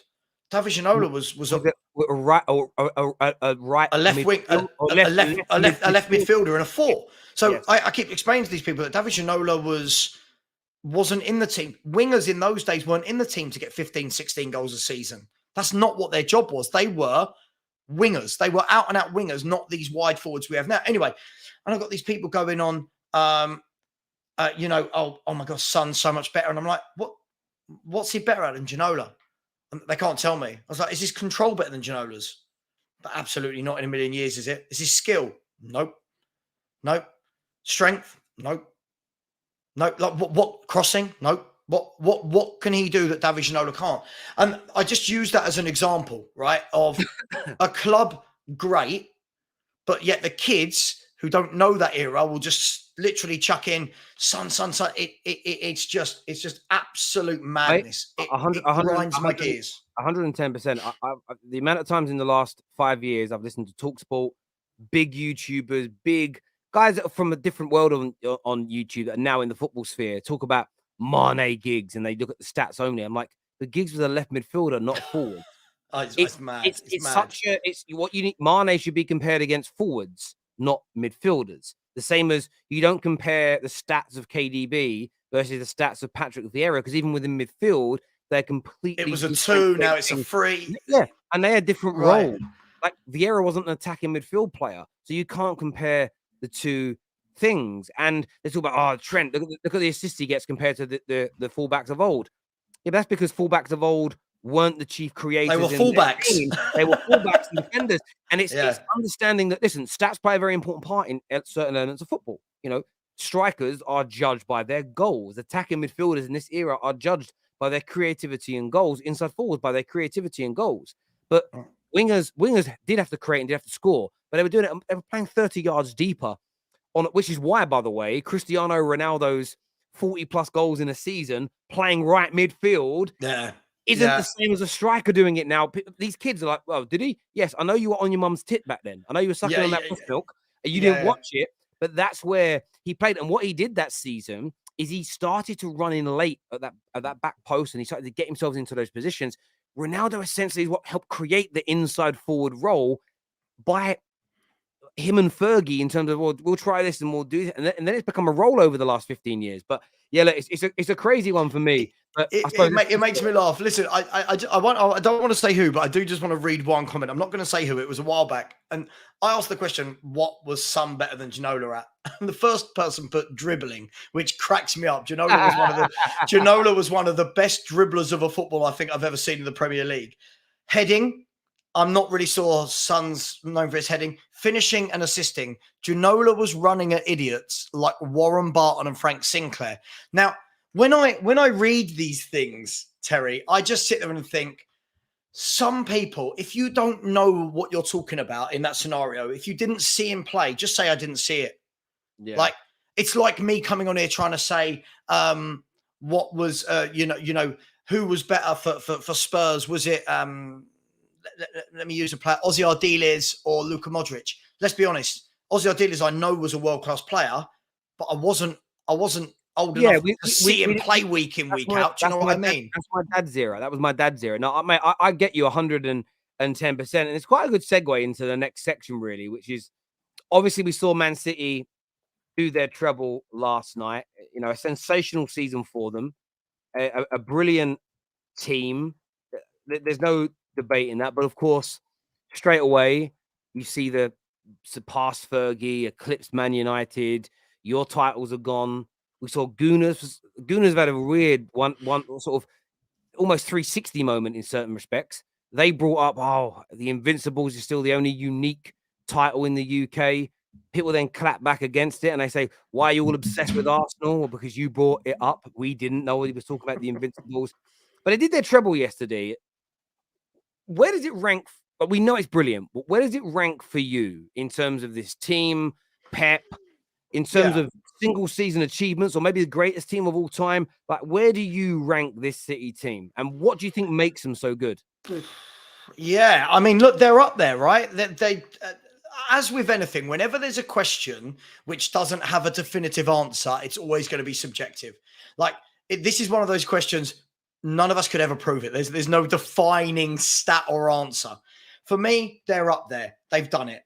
2 teams in English football history have done a treble. Only 2, right? They're both up there. Both very different football teams, very different types of managers. But essentially, they both got over the line. They both managed to come over whatever was going on in their seasons that year and win all 3 competitions. Now, look, I love the Man City style of play. So I lean towards that. But again, football wasn't that when Fergie was at Man United. Football wasn't that. It was a 4-4-2. There wasn't all of these players playing like, back then, there was no one having a back three with John Stones creeping into a midfield to sit with Roy Keane and letting people. There was none of that. It was 4-4-2, right? And then a few teams creeped in to start playing wing backs. So very different. But look, both overcame a lot to get there. City this year, and this is where we can talk about it because I remember this era. I'm of that age. City were written off this year. Haaland's made them a worse player. You remember all of that? They'll never do anything. Blah, blah, blah. They're terrible. They've lost it. Pep's been there too long. Their players are getting too old. They've not got They've overcome all that, overcome the 8-point gap, gone on to win the league, won the FA Cup, won the Champions League against a very tough Inter Milan side. United at the time, backs against the wall. 10 men, if I'm not wrong, against Arsenal in the FA Cup semi-final. Yep. You went down to 10 men, and then Giggsy scored that. Anyone that wants to talk about Mane v Giggs, go and watch that Ryan Giggs goal against Arsenal in the FA Cup semi-final. You had, again, memory a tiny bit hazy. I might get the players wrong. I think Roy Keane missed the semi because was it the semi he missed because he got the bookings against So Juventus? Roy Keane got sent off in the semi-final second leg against Arsenal, and he got booked in the semi-final, so he missed the final of the Champions League. Right, there we go. Okay, so you had to tinker then being 1-0 down until what, injury time and coming back. For me, I don't think it's a what was better. I don't know how anyone judges that. It is a phenomenal achievement, and the fact that only 2 clubs have done it tells you that it's a phenomenal achievement. So I don't know if that's a politician's answer, but for me, It's how not a do you judge political it? answer. I think it's right. Firstly, on the Invincible thing. So I did a bit of research today because I had a lot of people in my DMs, oh, the Invincibles, this and I just thought, firstly, if you're a Champions League virgin, stay out of the conversation to a degree. Like in terms of bantering Man United yesterday, if you're a Champions League virgin and you are yet to pop your cherry, this isn't the conversation for you. We've made a final. Does that count? No, you were a bit like Simon. No, not Simon. What was his name? Briefcase in Yeah. Invincible. You didn't quite get the job done, right? Yeah. I then did some research because I saw Piers Morgan, a lot of people having a dig at Man United, and even to a degree City by saying 2 teams have done the treble, 1 team's gone invincible. The Invincibles is a rarer achievement, therefore it's a harder and better achievement. They're not in the conversation. I did some research. I did some research on it. So only 8 teams in the history of European football spanning over 130 years. Only 8 teams have done trebles, and it's been done 10 times because Bayern Munich and Barcelona have done it twice. Yep. In that same time period in Europe, 117 clubs have had invincible seasons. Now, if you just look at the significant leagues, some of them are still significant. The La Ligas, the Serie A's, the Premier Leagues. And then you look at leagues and teams that back in the day, for instance, during the 80s and 90s, Steaua Bucharest were an amazing team. Their league was a difficult league to be in. If you look at significant leagues where it's been done 25 times in that same period. So the treble's been done, the treble has been done just 10 times, where significant invincible seasons have been done 25 times. But invincibles in general have been done 117 times. So it is not more unique. And look, people say it's flawed. They say things like, but no, it's not a 38 game season. Well, the Champions League has changed over the last 60, 70 years. It used to be straight knockouts. So how often have we seen teams scrape through a group stage? And then Liverpool did it when they won the Champions League and then go on to win the damn thing. If that was knockouts from the beginning, Liverpool, when they last won the Champions League, would have gone out in the first round of games because they lost a couple. They weren't quite on it. Remember when Napoli battered them up a couple of seasons, years ago? So the point I'm making is formats change. Yes, there was less games in leagues maybe 50 years ago, but there was less teams in it. So it's the same difference. It wasn't, if you only have, for me, I just look at it along the lines of there's no flaw to the argument. Football has changed exponentially. Can we bring this back to its rawest form? Yeah, go on. Its rawest form. We can sit and talk about Invincibles all day long, but the be all and end all is the other 2 teams won a treble. Right? We can talk all day long. Mate, you're right. Yes. The record is you're invincible with 1 trophy. It's a bit like 100 points and 1 Premier League, but the record of the treble is 3 trophies in the same season, 3 major trophies at the same time. That in itself is just better in every single way, shape, and form. Listen, what Arsenal did was magnificent. Going invincible is nothing to be sneezed at. That's a magnificent achievement. But sometimes you can get a magnificent achievement which isn't quite on par with other achievements. And the treble for me trumps everything because the only thing that's going to trump a treble, that's not a great sentence to say. The only thing that's going to trump that is doing the quad, right? But to do the treble completely obliterates being invincible because the way I look at it is this. In a decade, are people still going to remember that Man City did a treble in 2023? Yes. Right? They will. They'll remember that they did a treble. Like the same way everyone has talked about Man United's treble from 99. Everyone knows what year did United do the treble? 99. However, in 10 years' time, are people still going to remember that Man City lost to Brentford at home and away in the league in the year they won the treble? Is anyone going to care? Is anyone going to care that they didn't go unbeaten and that they lost those 2 games? Is anyone going to care that Spurs beat them 1-0? No. Do they care? No. Do you think they were in that change room last night going, oh, disappointing though, because we didn't quite beat Spurs or Brentford? No, they've won the treble. For me, there's only 2 teams that enter this conversation, and it is Man City and Man United. The Invincibles were great 11, great team, very good to watch, I hate to say. Yes, but and I want to be very, very clear. I think the Invincibles is a tremendous achievement. It should never be played down. It shouldn't be laughed at. No, It shouldn't agreed. be disrespected. It's phenomenal. And I would love to win a Premier League and be invincible. 110%. I've also seen the argument, Fergie said it's the greatest ever achievement. Yeah. And Wenger said the treble is, and he'd swap with it. Both managers just showing brilliant decorum and respect. Pep Guardiola wants to be crowned by the time he retires the greatest manager of all time. But he has 3 times now in his life said, I'm nowhere near it. It's Fergie. Because he's got decorum and class, and that is how you behave in those circumstances. Fergie will pick if someone said to Fergie, who's the greatest manager of all time, including yourself, he won't pick himself. Yeah, of course. Yeah. There's a handful of people. Cristiano Ronaldo would pick himself as the greatest ever of all time. Yeah, watch Messi. When Messi's asked the question, what do you know what? Funny enough, I was actually watching a TikTok reel earlier, and it was interviewers asking Lionel Messi, are you the best player in the world now that you've won the World Cup? Does it settle the debate that you're the greatest of all time? And at no point, because he's a humble man, at no point does Messi turn around and go, yeah, I'm the best. Messi says, I'm just so honoured and pleased that people talk about me with those players in that conversation, right? This is the thing. Look, I'm not knocking the Invincibles. I think it's phenomenal to do that. Yeah. But there's levels. There's levels to it. I totally agree. Someone said, why are we discussing this? Well, because it's been the discourse of the day amongst football fans.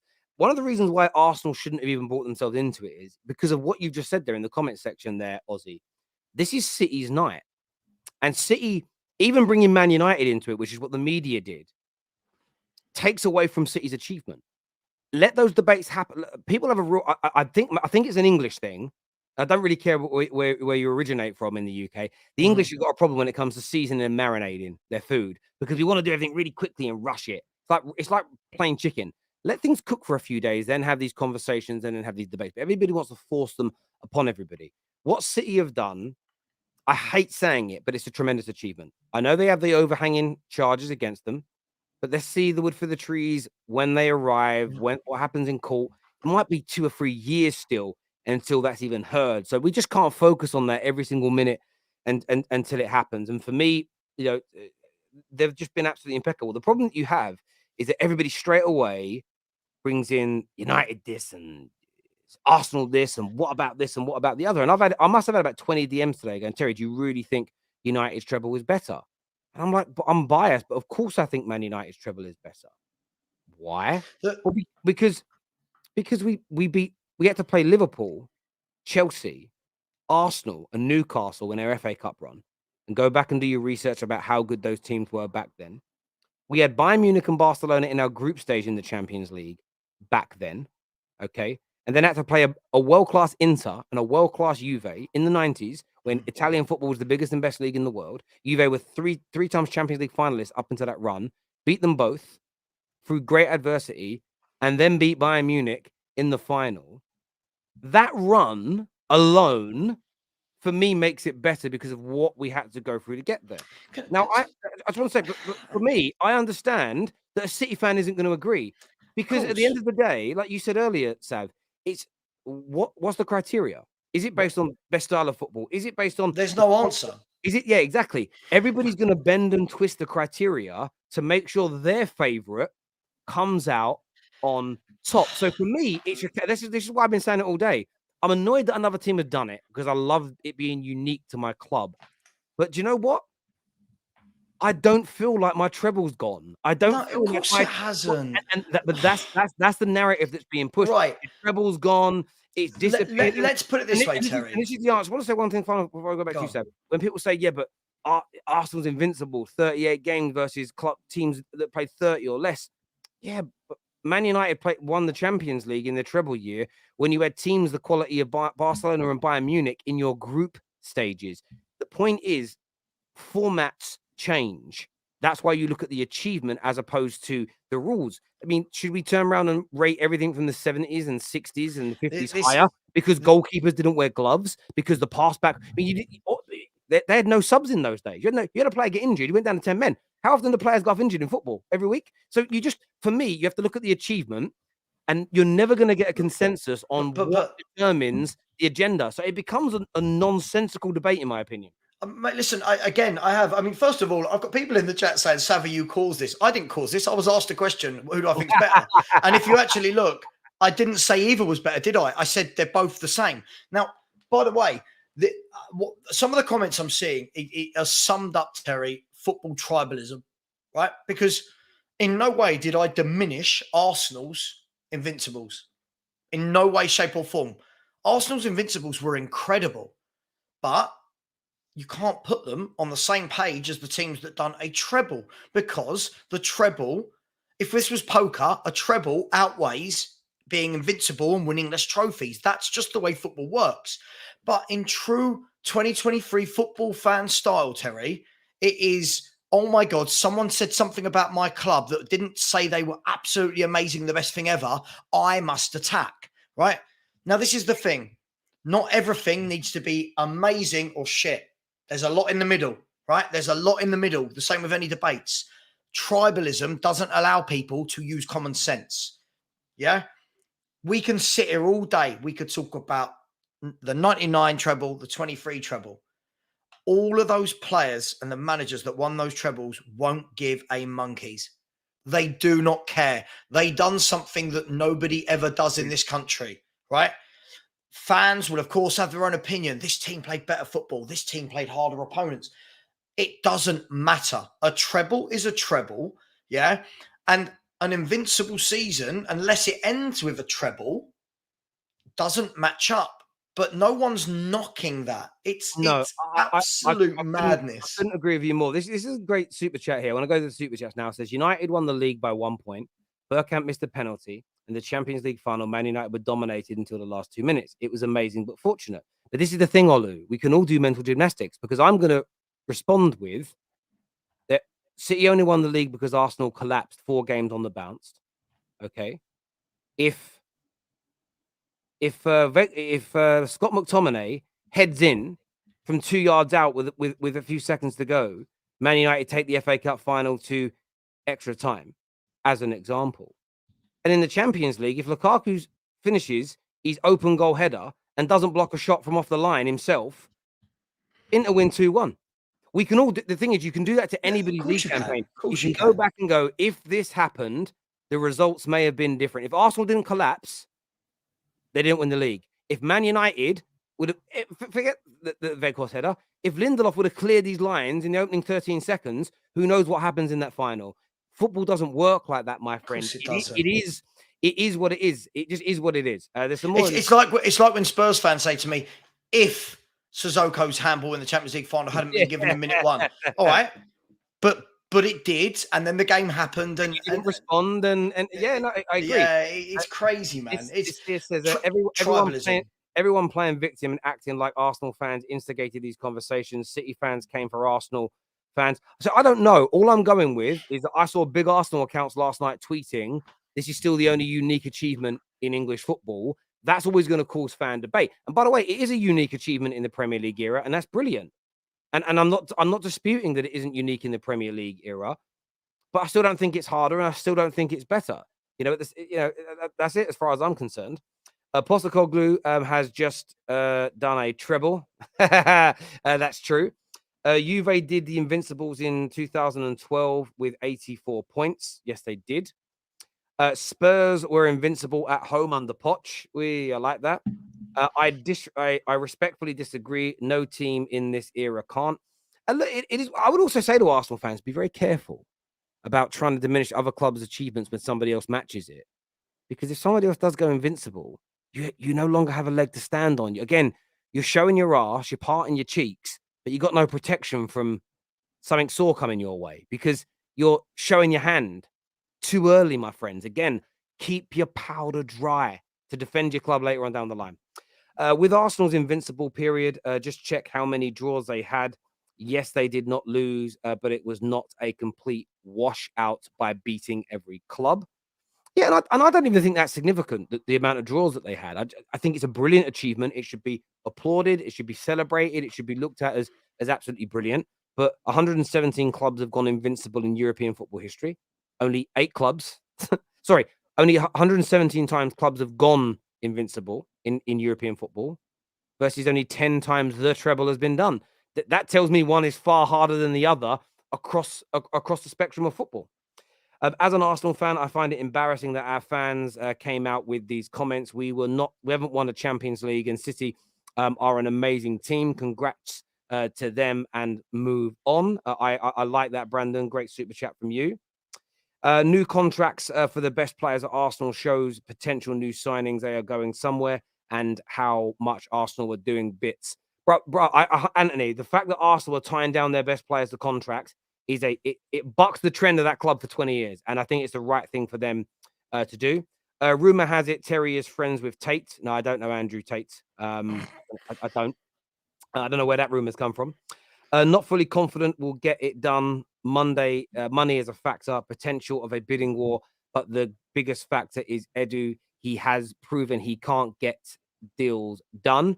Yeah, I understand that skepticism around the Rice situation. The Spurs fan here looks like an older McAllister. You do look a bit like McAllister, actually. You do, Sav. You look a bit like McAllister. I hear this all the time. I get Alexis McAllister. I get, when are my beards longer, I get messy. I just wish I could play football like them. This says Fergie's 1983 win with Aberdeen was a Cup Winners' Cup, not European Cup like Emery's Sevilla in the Europa. Spurs, West Ham, Chelsea, City, Everton won the same. Hamburg took the 83 European Cup. So again, you're right in terms of but don't compare it to the Europa League now. The cup, less teams got into you had to be champions of your league to be in the Champions League back then. The Cup Winners' Cup every year has some of the best teams in the world in it. So imagine you took the Champions League as it is now and divided the world-class teams in half, and half played in like Cup Winners' Cups and the other half played in the Champions League.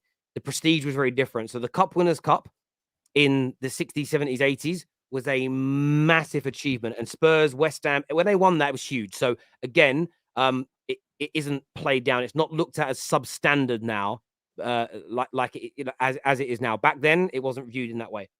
Fergie's a GOAT, but he won the European Cup Winners' Cup, not the European Cup, the same as Man City. Yes, and I think I've already alluded to that, my friend. It was a massive trophy back then. Very different. Again, we said earlier about the 38 games thing. Football had different setups back then. You can't judge everything back then on today's standards because things were different. It's whether it was harder or whether it was easier. I think you can look at it both ways, but you look at the achievement and you have to understand the context of the football. I think. The logic that the Invincibles is the best because no other team has done it. Does that mean City's domestic treble is better? Because they're the only ones who have done it. Yeah, I think that's it. Is something harder? Is something harder because more than one team has done it? I'm not too sure. I think it's a difficult thing to do. I'm sure if you look through life and sport, you could find achievements that are goated that more than one person has done, and they're viewed as much harder to do. Like, you have to research it, but it's a really good point Zane makes there. Big up Terry and Sava. City 2019 domestic treble is underrated. That is unique as a gooner. The treble better than Invincibles. 99 treble, in my opinion, better players. And do you know what? Teddy Sheringham called it right today. He said, I'm honored to share the kind of treble tag with this amazing City team.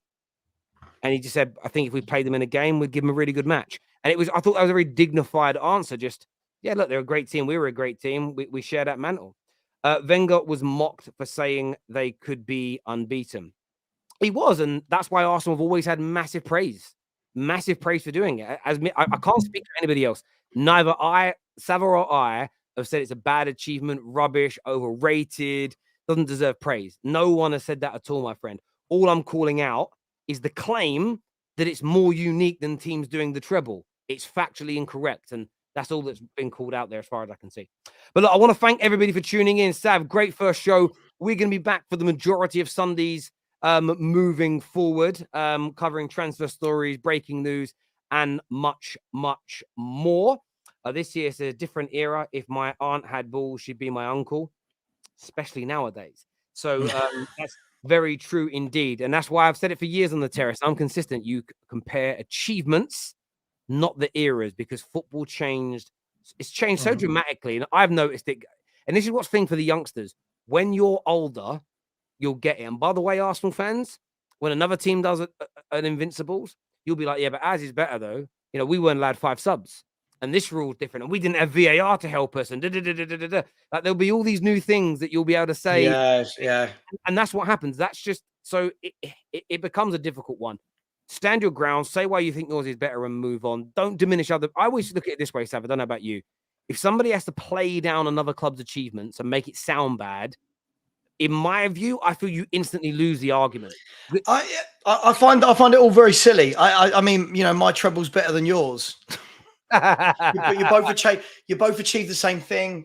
What does it matter? You know, oh, the season my striker got 32 goals was better than the season your striker got 32 goals. Who cares? They both scored 32 goals. Do you know what I mean? It's like sometimes it seems it's just people saying things for saying things' sake. That's all it is. I hear you, mate. I hear you. Listen, viewers, hit the like and the share button. Make sure you subscribe. Take care. Goodbye. God bless. And we'll see you all again.